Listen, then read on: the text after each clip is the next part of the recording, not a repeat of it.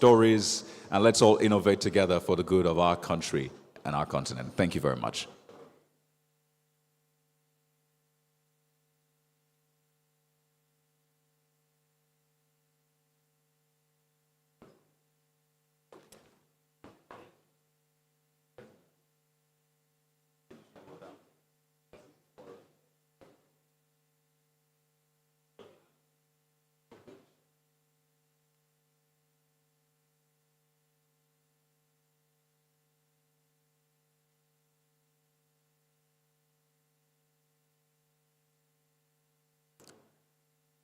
Okay, I take it that the people for the breakout session holding here are staying back.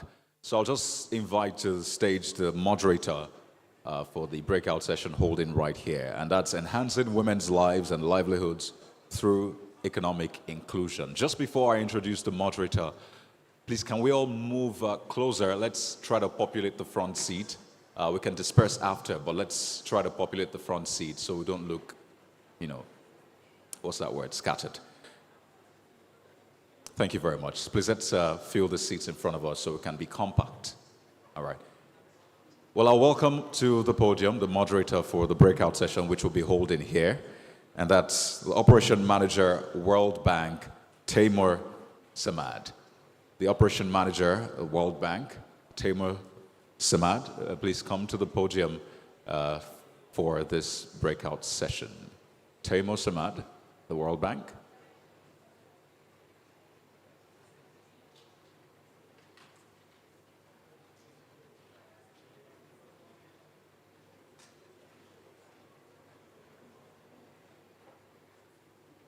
Careful.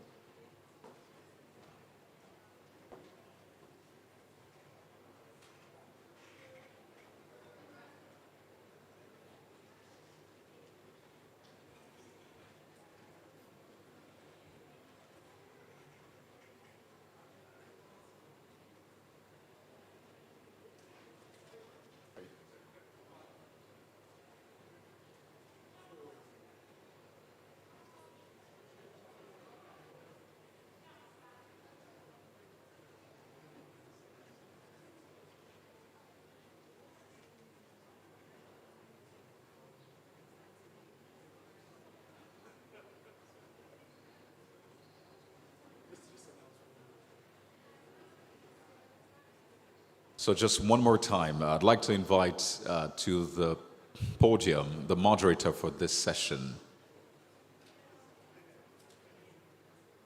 All right, so I understand he'll be filling in for Taimur Samad of the World Bank. So please come on stage, sir, and you can introduce other members of the panel. You can come this way, please. This way. Thank you very much.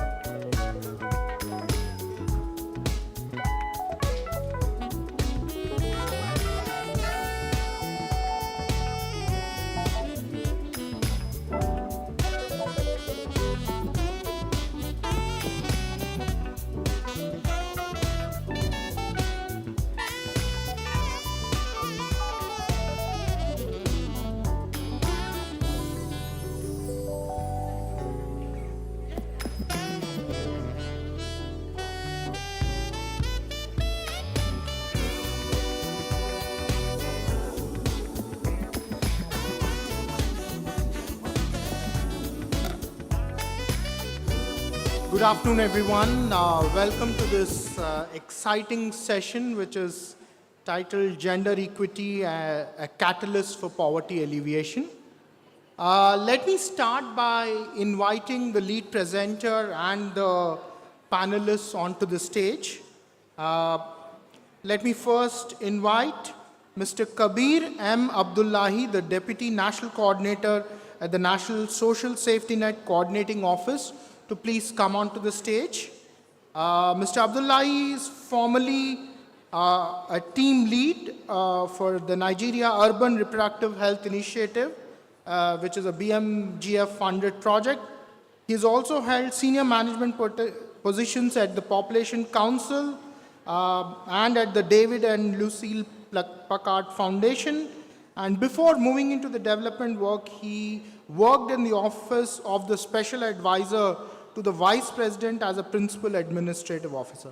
Welcome, Mr. Abdullahi. He's not there. So we are still waiting for him. Okay, let me invite Ayodela Fashagba, the economist at the World Bank Africa Gender Lab. Ayo is an economist with the World Bank's Africa Gender Innovation Lab based in Abuja. Before joining the Gender Innovation Lab, he worked as an impact evaluation field coordinator for development impact evaluation and a social protection consultant for the World Bank in Nigeria. Welcome, Ayo. Let me now invite Rinmichet Temlong Aboki. She's the gender lead at the Albridge Stonebridge Group in Nigeria. She was a women's economic empowerment consultant to the Federal Ministry of Women Affairs on the National We Policy Dialogue, and she continues to support the Federal Ministry of Women Affairs on the We implementation and the High-Level Advisory Council on the support of women and girls in Nigeria. Welcome, Rinmichet. Last but not the least, let me invite Uba Thomas, who's a senior social protection specialist at the World Bank. Uba is supporting the implementation of the social protection delivery systems in Nigeria. He brings expertise on the design and implementation of vital social protection delivery systems. Prior to joining the World Bank, Uba supported the implementation of multiple governance and accountability systems across USAID and DFID-funded projects. Welcome, Uba. I'd also like to invite Mrs. Elizabeth Egarevba, the Director for Economic Growth Department at the Federal Ministry of Budget and National Planning. Mrs. Elizabeth, if you're here, please do join us. Mrs. Elizabeth is the Director of Economic Growth at the Ministry of Budget and National Planning. Prior to that, she served in various capacities at the National Planning Commission, including as the Acting Director of Administration, Director of Social Development, and ACT Director for M&D. Looks like Mrs. Elizabeth is not here. So I think, why don't we kind of kickstart the proceedings? I think today we really have a very, very kind of interesting session ahead. So please come in. I think I just want to briefly take a couple of minutes to set the context and just explain the flow of events before I invite Ayo to come and make a presentation. I think we all agree that Nigeria, with its significant economic potential, faces persistent gender inequalities that hinder its overall development. And closing these gender gaps is not only a matter of social justice, but also a prerequisite for sustainable development, inclusive growth, and poverty reduction. So, in the course of today's discussion, we will hear new findings from the World Bank's Africa Gender Innovation Lab and the Social Protection and Jobs units, highlighting the crucial role of social safety nets that can play in alleviating poverty among women. In terms of the flow of the event and the session, we'll first start with an opening presentation by Ayo, who will provide a look into the rigorous and evidence-based programming from Nigeria and across sub-Saharan Africa that supports women to exit poverty. After his remarks, we'll move on to the distinguished panel discussion participants to hear their perspectives on the constraints women face and solutions to help them improve their quality of life and livelihoods. So without further ado, Ayo, please come and make your presentation. You've got 5 minutes to do that. Thank you.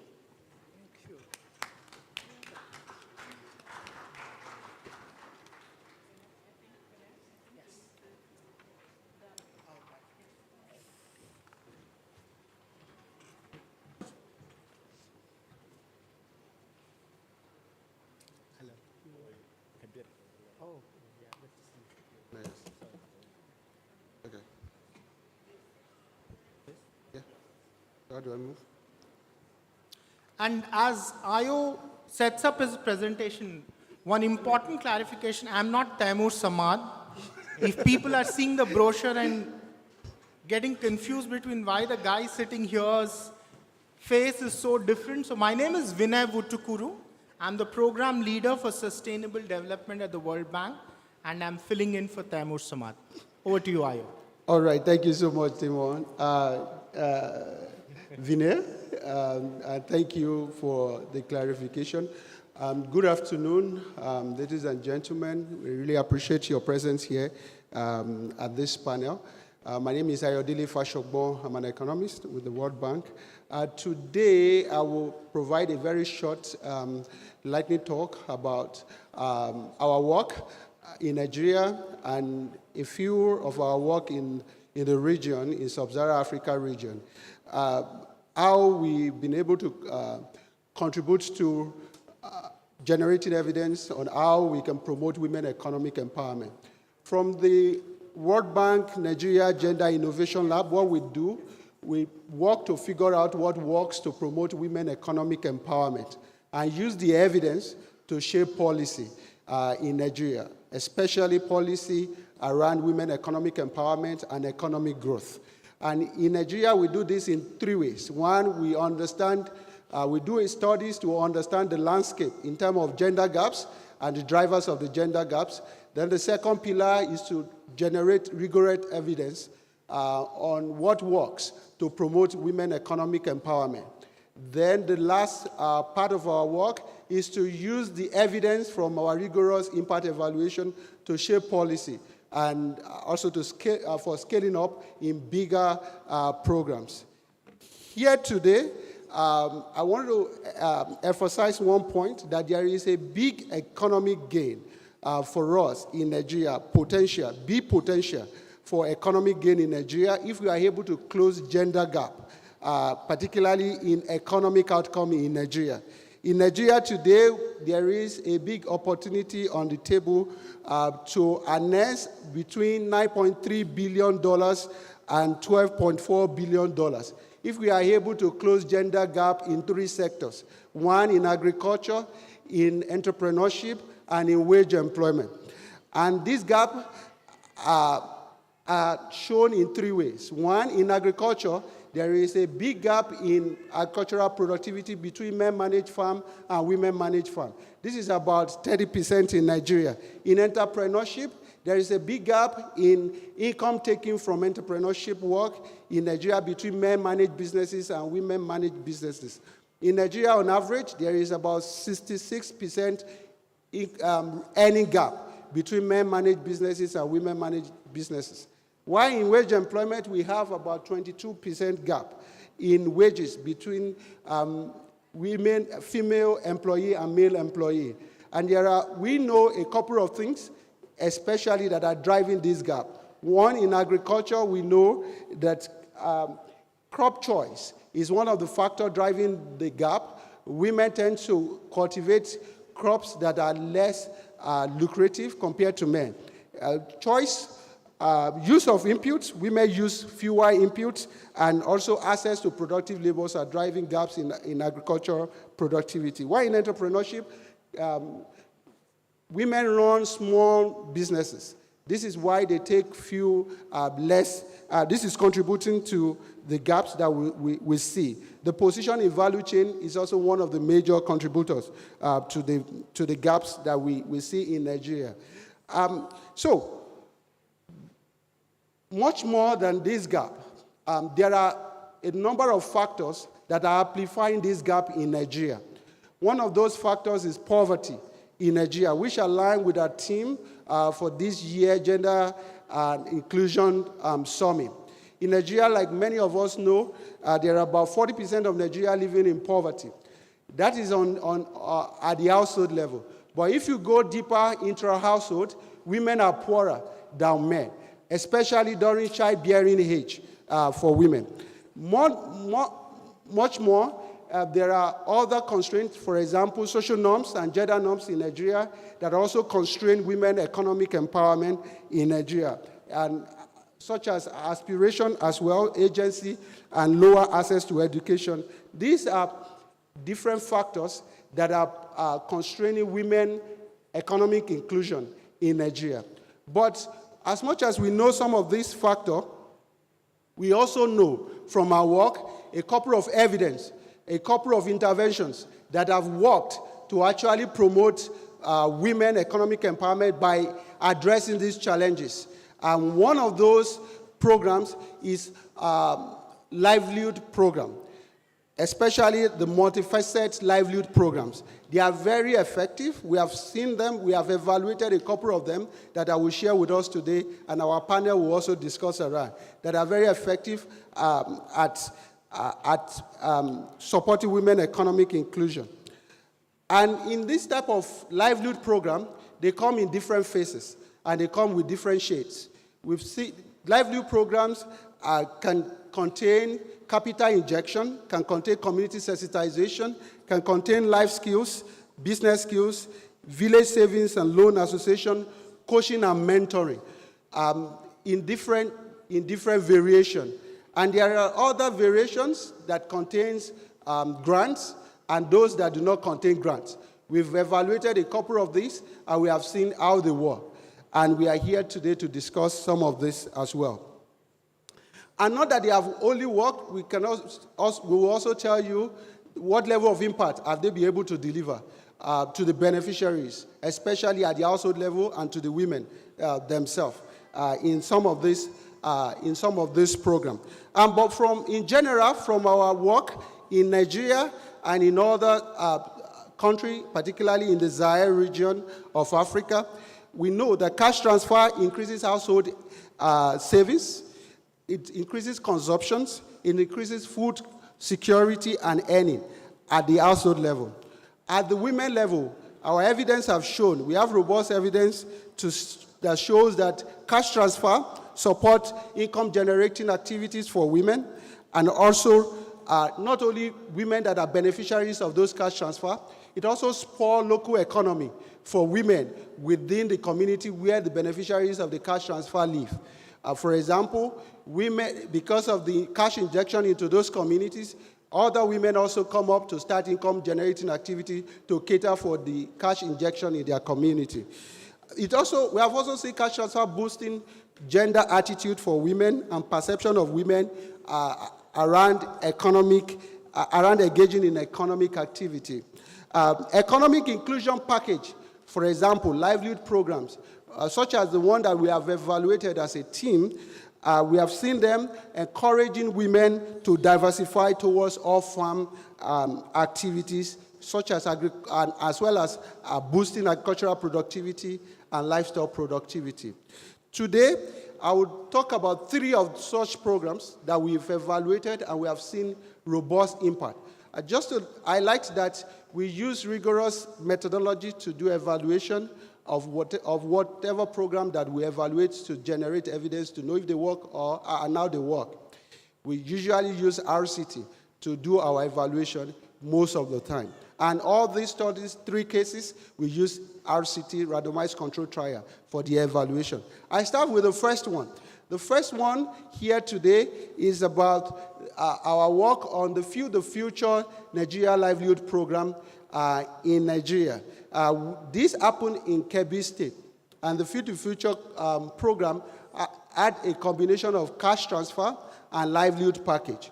What we saw here is that in a set of communities within 2 local governments where social norms are very constraining, where when asked that how many people within your community will speak bad about a woman that work, about 45% report that in their village, over about 45% of the people in the village will speak badly about women that work, or that will speak badly about a husband that allow his wife to work. This gives us this kind of scenario. We did this evaluation here, and we saw a big impact of the cash plus livelihood program. And the Cash Plus Livelihood program increases income generating activity, particularly for women, by 57%, while the livelihood only without the cash transfer addition increases to about 70%.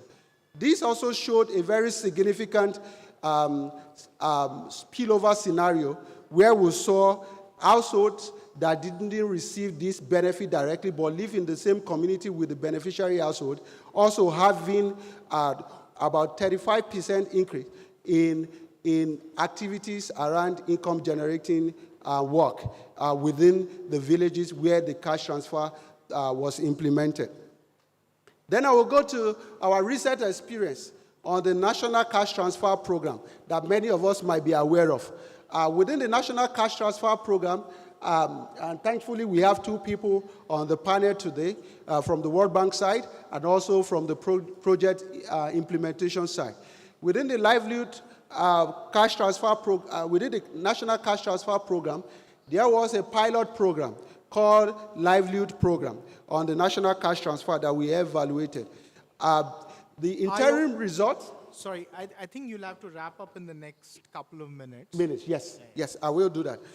So within this program, we compared the cash plus the cash, the household receiving just cash, with the household receiving the livelihood program.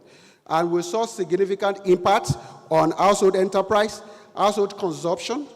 We also saw impacts on earning, food security, and increase in the number of household enterprises from this study. All of these are coming from the training on the study. We also did another one, which is the last one that I will talk about here on the National Cash Transfer Program.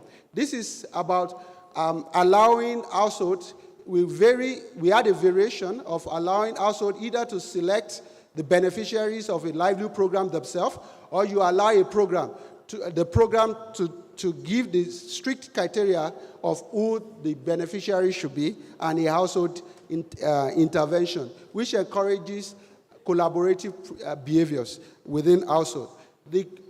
These two impact evaluation also delivered great results in the interim.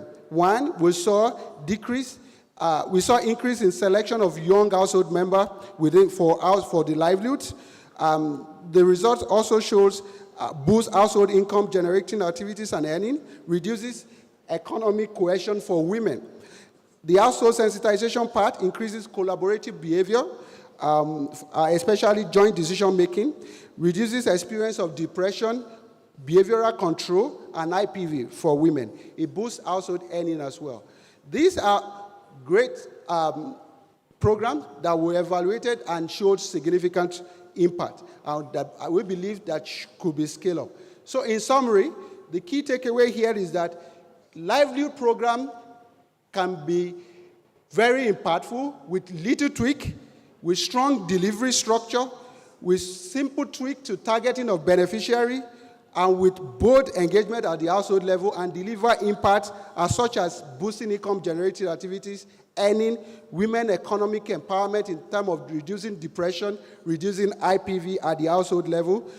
And we believe this type of study should be scaled up and should be also entrenched within our policy. We have a lot of policy work that we have done, some of them at our booths. You can also check our website within the World Bank website. Thank you so much, Vinay. Thank you. And thank you so much for listening. Thank you so much, Ayo. I think very, very useful findings, and we have a very distinguished panel. And I would say all of them are practitioners, so I'm sure that these findings are useful. So I think I've been told, distinguished panel members, that we have exactly about 20 to 25 minutes to kind of conclude. So what I'll do is I'll ask each one of you a question, and if you take about 4 to 5 minutes, 4 to 5 minutes to kind of address that question. So let me come to you, Mr. Abdullahi, to start with. In what ways can safety net programs or safety net support, not only for individual women, but also for the broader community, impact them, and what are the mechanisms behind this? Yeah, it'll be great if you can make your remarks in about 4 to 5 minutes. Well, social safety net programs basically are very powerful tools for empowering women and also communities. In fact, the presentation that just preceded this discussion had highlighted virtually all of that, basically around the fact that it provides direct financial support to women and also provides improve access to services, foster inclusive growth, ensuring that there's social cohesion as well as economic resilience across board. But often that program that will deliver this must be, for the effective delivery of this, it requires a combination of interventions and programs.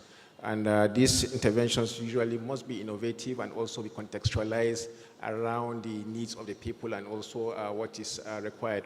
But more importantly is the fact that the direct cash transfer will start with a targeting. Targeting basically allows you to, go to the poor and vulnerable and also provide them with the necessary support. It starts with an identification process. And we have the National Social Register, which identifies poor and vulnerable households across Nigeria. And the intervention, the presentation you just had was basically delivered to poor and vulnerable households that were identified and are in the National Social Register. The National Social Register basically has about 19 million households identified with 68 million individuals so far. And this also, comes from a geographic targeting as well as a community-based targeting processes, in which case the identification of the individuals are actually community-driven, and the support that eventually they get is also community-driven. The direct cash transfer itself, provides access to resources to women and also ensures that there's economic, opportunities are provided to them. They also gain autonomy and power through these processes. Besides that is the fact that it promotes gender and social inclusion. Gender support and social inclusion basically also improves household economic dynamics as well as household social norms. More importantly is the fact that household decision making is improved for those women that participate in this. It also improves social cohesion within the household as well as within the community. But again, beyond that, once the cash transfer goes into their hands, what it does is also improve, it grows the economy within that locality, improves business opportunities, purchasing powers, and then, of course, continuously boosts economic growth. Capacity building that goes with all of these programs normally is for the women in terms of how to create, economic and social groups, associations, or thrifts, or income generating opportunities to create income generating opportunities. But more importantly is the fact that it also provides them with quick access to soft resources. Now the mechanisms are basically around cash transfer, in-kind support, capacity building processes, as well as using performance-based processes like the conditional cash transfer that we use in our own program to condition behavior and also improve performance around these interventions. Thank you so much, and I really appreciate the point you made about targeting, leveraging data, and of course, really incentivizing behavior through conditional cash transfers. Thank you so much, Mr. Abdullahi. Let me go to Mrs. Elizabeth now. Ma'am, I think the question to you is, considering the gender-specific challenges faced by Nigerian women, such as spousal death, divorce, what targeted policies can be implemented to improve their livelihoods and to increase their access to education and the labor markets? Over to you, ma'am. Thank you very much. Good evening, ladies and gentlemen. The challenges faced by women across the country is not something that is new to us, so I'm not going to be repeating like a broken record what the challenges are. I'm going to try to talk about how we in budget and economic planning want to solve those challenges so that women in Nigeria can have access and the equity we talk about and equality can be attainable. I'm sure everybody in the room understands the role of national planning, the then national planning, now economic planning, that everything that we tend to do as a country has to go through a plan. We used to say in planning that if we don't plan for it, it can't be done. So if we want to address the issue of challenges women face in Nigeria, the first point of call is to have it in a plan, because the government funds what they plan for. Individuals at household levels and private sector, you plan, and then you provide the funding. So recently, or will I go backwards some years back, what we normally do is that we develop a national planning that covers everybody's interest. But evidence has shown that if you don't give specific attention to women and girl child, they'll be lost in a general plan.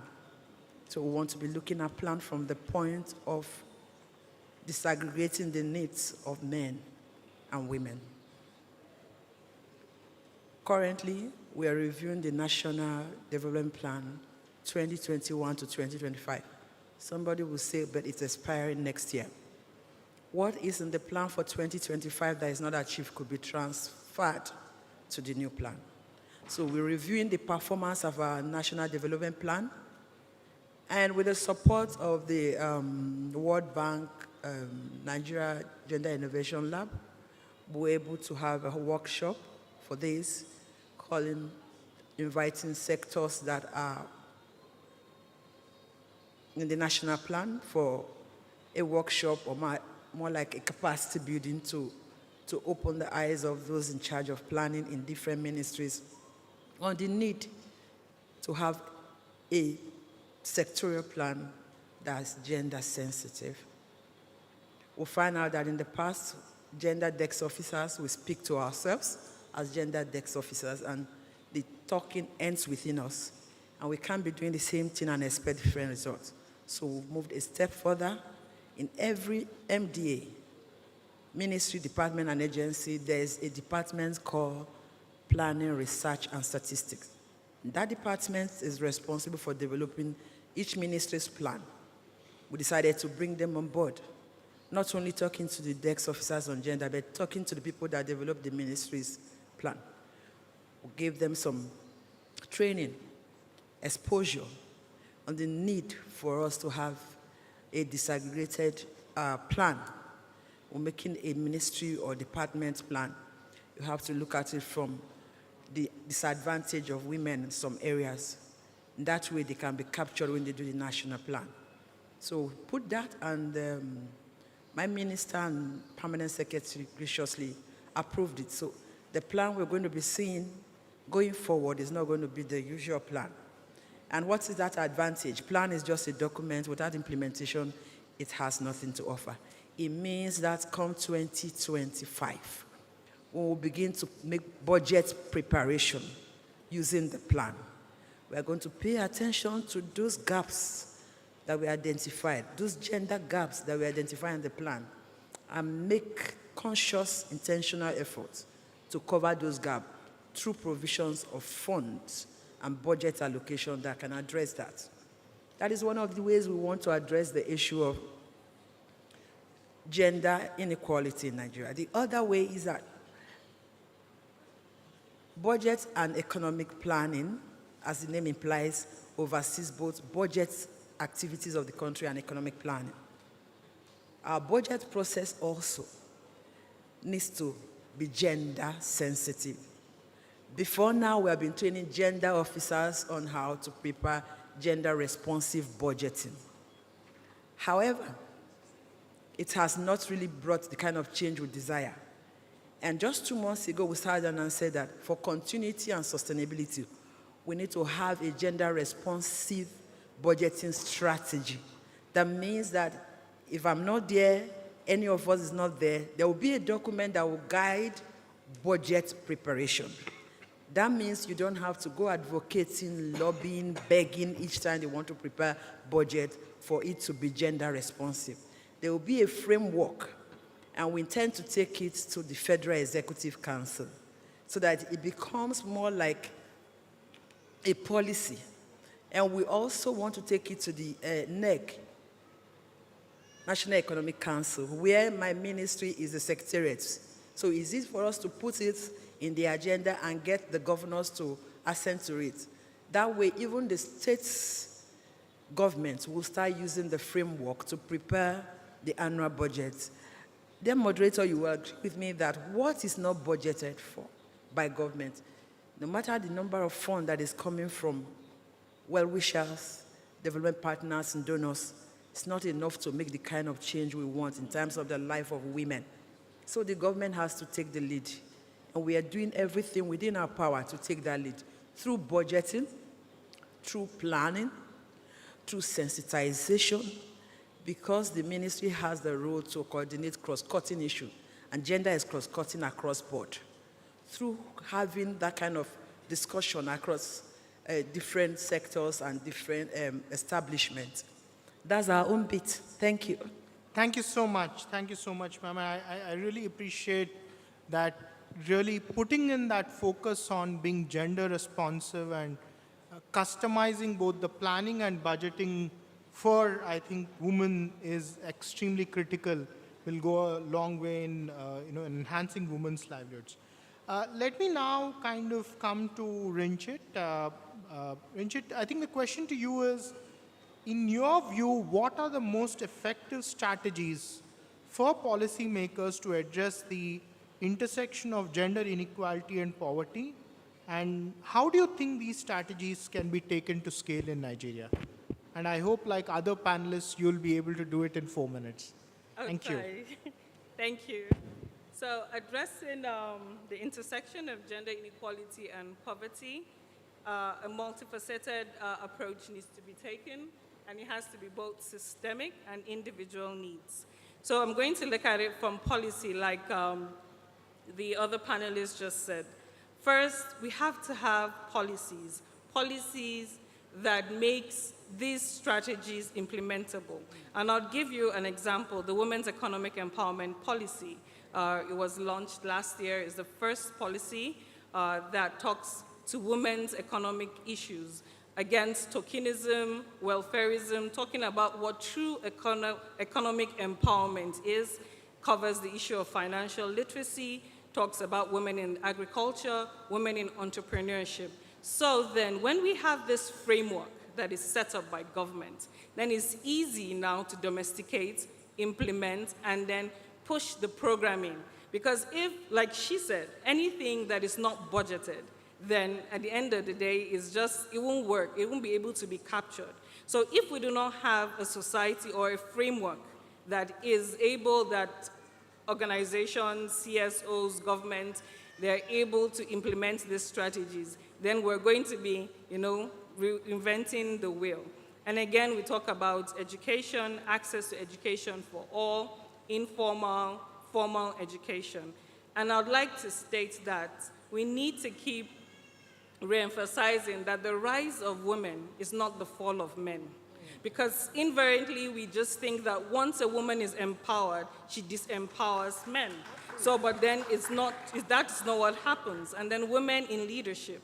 We need to have that pipeline for women in leadership. So we look at upscaling, we look at mentoring. We're doing well in the aspect of mentoring, but then sponsorship.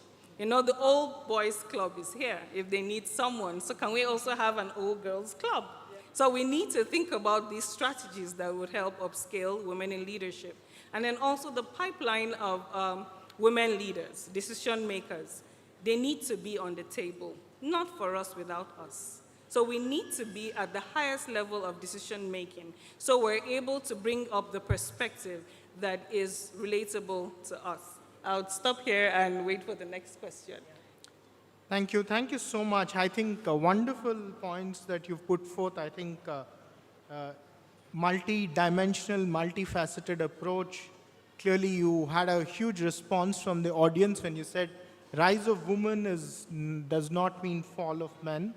And of course, women leadership and policies as important as the actual investment. So thank you so much. Let me now go to my colleague, Uba. So Uba, the question to you is, how can the Nigerian government and international organizations work together to ensure that social protection programs are inclusive and can effectively reach the most vulnerable women? Over to you, Ba. Thanks, Nemo. Sorry, Vinny. It's kind of very difficult to sort of come after Rimchit. But I'll try to do my best to answer Vinny's question. So, first and foremost, I guess social protection really focuses on providing, interventions that target poor and vulnerable. But I would like to look at it into, break it down into like 4 buckets. So policy, programming, financing, and then the delivery. On the policy side, I guess most of the people on the stage have really talked about the policy. So you need adequate policy in place that is going to help you implement whatever programming you're coming up with, and then intentional, design of programs. So Mr. Kabir was talking about, the program that targets poor and vulnerable through the social register, etc. So you want institutions that are strong and are able to deliver. And that brings us to the financing. And financing is important, and I'm very glad that my colleague from Budget and Planning actually, made the point that if it's not budget, it's not sustainable. Because the financing, what we always encourage from the development partner side is local financing, let government take the lead, and whatever comes from the external side is always going to be a small fraction of what government is supposed to, lead. And then the last one is really on the delivery, right, of these social protection programs and interventions. And on that point, you really want delivery systems that are fit for purpose.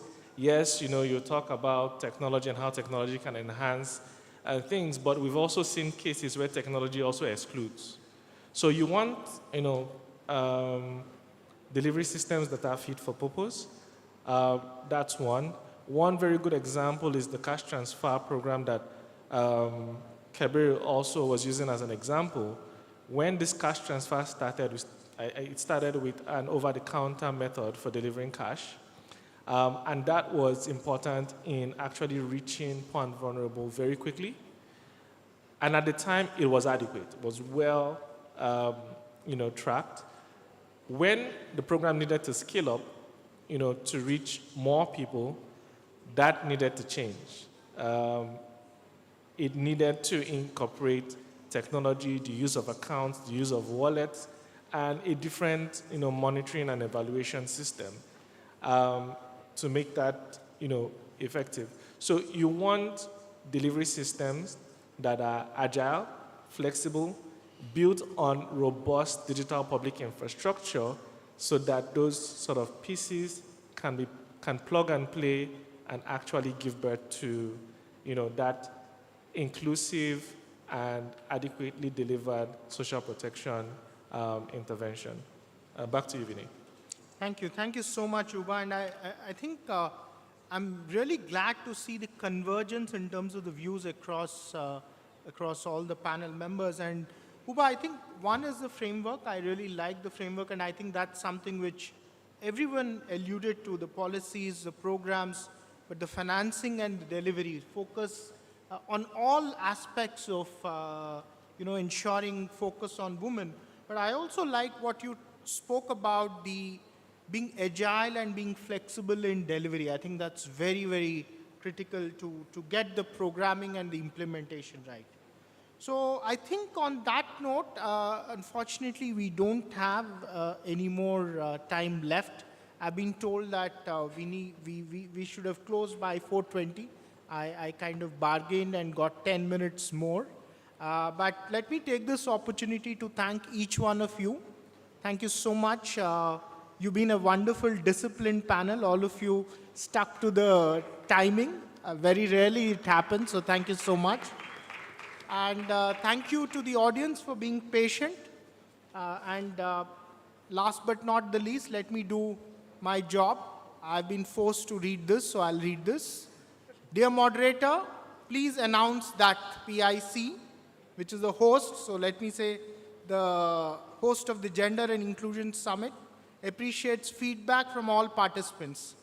Please use the QR code or go to the feedback stand where the research assistants can support them or can use the digital screens along the foyer. So organizers have done my job. So thank you everyone and have a wonderful rest of the evening. Thank you very much, Tamer, Samad, Operation Manager, World Bank, and every other person on this panel. Fantastic work. Once again, let's appreciate them. I mean, this is yeoman's job they've done. In spite of the energy level, they held it up. Thank you so much. Can we take pictures just quickly? Yes, please, pictures. Just to keep this moment. This is history in the making. Just to announce that other breakout sessions are also winding down, so they'll be joining us any moment from now.